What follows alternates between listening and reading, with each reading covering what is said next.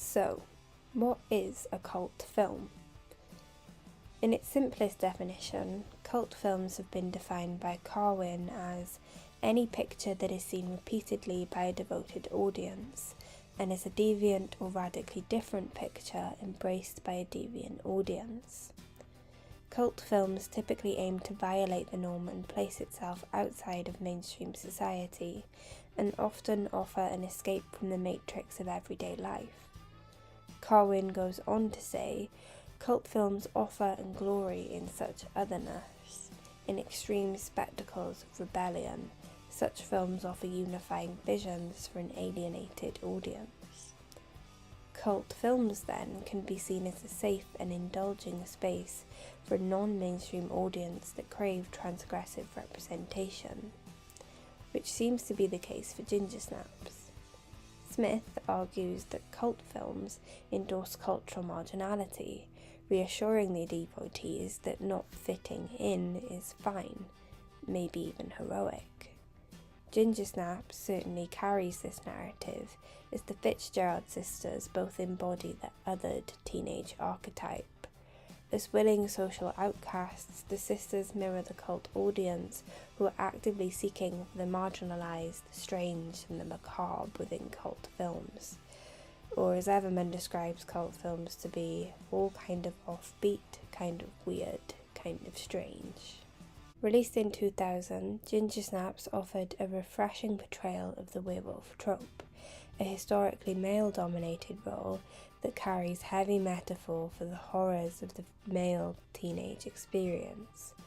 But Ginger Snaps offers this cultish trope from a female point of view, drawing inspiration from films such as I Was a Teenage Werewolf, An American Werewolf in London, and The Howling. These earlier films used extended and excessive scenes of transformation as metaphors for masculine change. The body horror of the Ginger Snaps trilogy is closely connected to menstrual cycles and uncontrollable changes in female sexuality. Fawcett provides an aficionado's awareness of horror movies and an efficient, crisp directorial style. And Moulton brings a feminist perspective and a background in capturing the way teenagers speak, live and breathe. This perfect pairing of writer and director proved a breeding ground for cult success. Just 12 months after its release, Ginger Snaps was known worldwide as the offbeat, low-budget new B-movie horror film that unapologetically portrays menstruation, monstrosity and explosive female rage, with many reviewers labelling the film as a feminist film with lesbian subtext. Baker, Mathis and Mendick go on to argue that it's the conflation of these themes that gives Ginger Snaps a specific appeal to multiple fan groupings, thus giving these audiences something to chew on in an actively cultish manner. This then suggests that Ginger Snaps owes some of its cult status to its re-establishment of the cultish, testosterone-filled werewolf trope to include the menstrual monstrosities that plague the genre's female audience. To understand Ginger Snaps as camp, we first need to establish the meaning of camp, though this is no easy feat, as trying to define camp is like attempting to sit in the corner of a circular room. Although camp has been defined by Susan Sontag in her essay, Notes on Camp.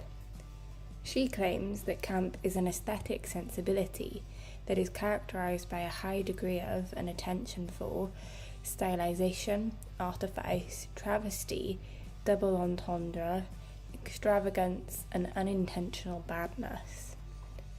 Camp, then, is dramatic and exaggerated, unnatural and flamboyant. If you were to name a camp film, you may say The Wizard of Oz or The Rocky Horror Picture Show. But I propose that camp can also be dark, gritty and dirty, as seen in films such as Twilight, Bodies, Bodies, Bodies, and of course Ginger Snaps. Sontag herself claims the lover of camp appreciates vulgarity. So why should camp be constantly upbeat, colourful and joyful? Why not indulge in the dramatics of tragedy? Ginger Snaps does not hold back in this indulgence. It leans into the exaggerated themes of puberty, sexuality, and self-discovery. Ginger places all of her concern onto her sexuality, whilst Bridget worries helplessly about curing Ginger of her lycanthropy.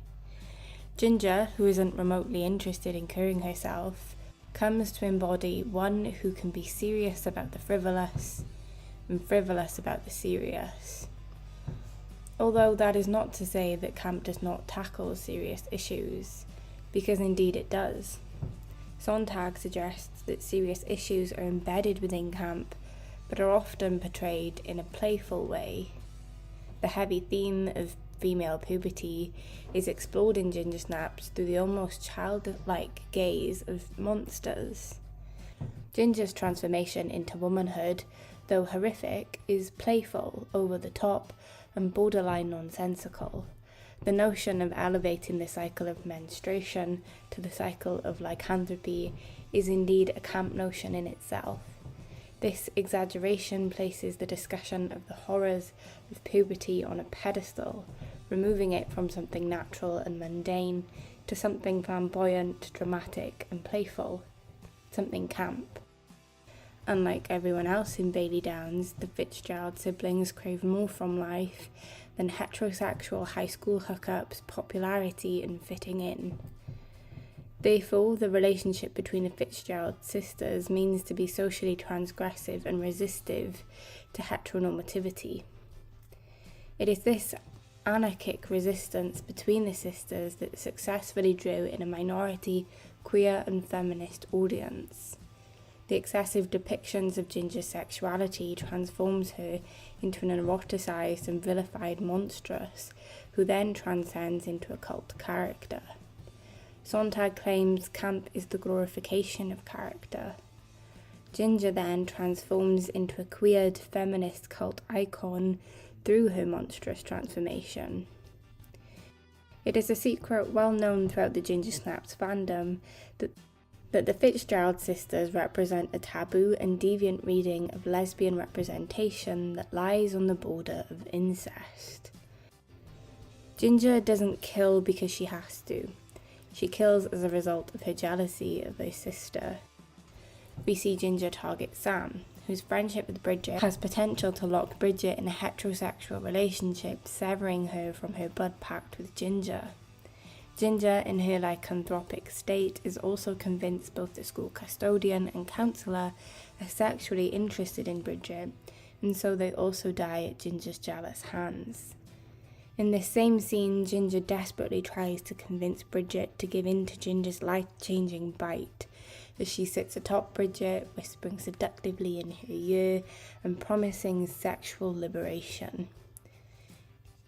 It is this eclectic mix of themes that elevates Ginger Snaps to cult status.